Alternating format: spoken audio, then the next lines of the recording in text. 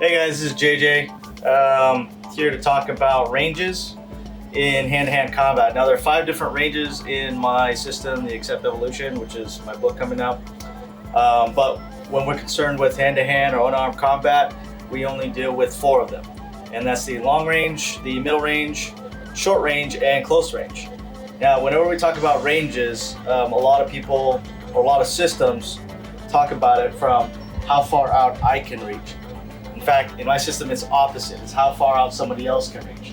Each range has a particular delimiter between when it crosses. So with the furthest for this example, it's just depending on, or we're just using our arms so you can see it a little bit better, but whatever your furthest weapon is what is going to be your delimiter, where you change. So the long range is where neither you nor your opponent can actually touch each other, okay?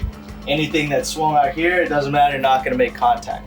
The delimiter for this is as soon as your longest weapons can make contact, this delimiter here makes it into a middle range attack. So when you start moving in close, right, you can actually attack the arm without actually compromising your head or your body, all right? Now again, this is all dependent on where their weapon is compared to you, all right? The short range changes, the delimiter is when their longest weapon can make contact with my body and head. So this is one of the most dangerous areas where most people fight with fists and feet, right? Because you do haymakers, whatever, they're just coming in and making contact, all right? So this is the short range. The delimiter, the close range, is when they can throw elbows and knees and make contact. Now, the reason why in my system, we determine between the short range and the close range is because this range here is very tight, all right? A lot of times throwing wide swings don't have as big an effect as here, but it clutters up a lot of people, and learning to fight on the close range is a lot different than fighting, say, in the short range, all right?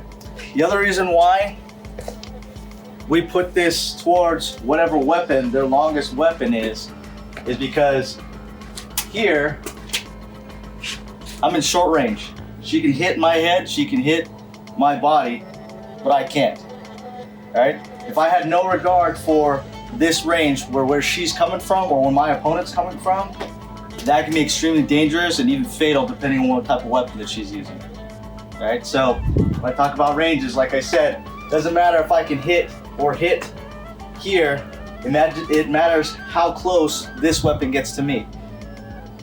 So trying to train these short range. Now I know I need to be careful, right? I'm in the most dangerous versus close range, right? So that's why for our ranges, they all depend on the distance from their longest weapon to ourselves. And those are the 4 primary ranges for the AKSEPT Evolution method that I have in my system. So keep with